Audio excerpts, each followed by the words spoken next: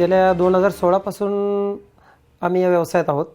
Chakan real estate नावानेच आमचा व्यवसाय आहे आणि चाकणमध्ये आहे. अगोदर आम्हाला अशा बऱ्याचशा प्रॉब्लेम्सला सामोरं जावं लागलं होतं की कस्टमर बेस नव्हता, लीड जनरेट होत नव्हत्या, लीड जनरेट झालं तर त्या डीलमध्ये त्या कन्वर्ट होत नव्हत्या.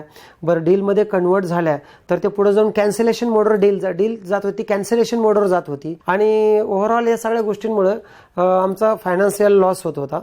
तर जेव्हा मी सरळ वास्तूचं प्रॉपर कन्सल्टेशन घेतलं त्यानंतर ज्या काय आमच्या लीड जनरेट झाल्या किंवा ज्या काय लीडचं तुमच्या डीलमध्ये कन्वर्जन जे झालं तर ते अगदी त्याचा रेशो अगदी बेस्ट होता.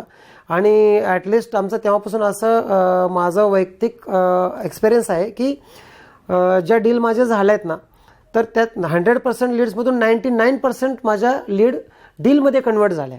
आणि त्या डीलमध्ये नंतर जे कॅन्सलेशनचं जे प्रमाण होतं जे की पहिल्यांदा 50% कॅन्सलेशन व्हायचं तर ते अगदी 0.5% पर्यंत आले.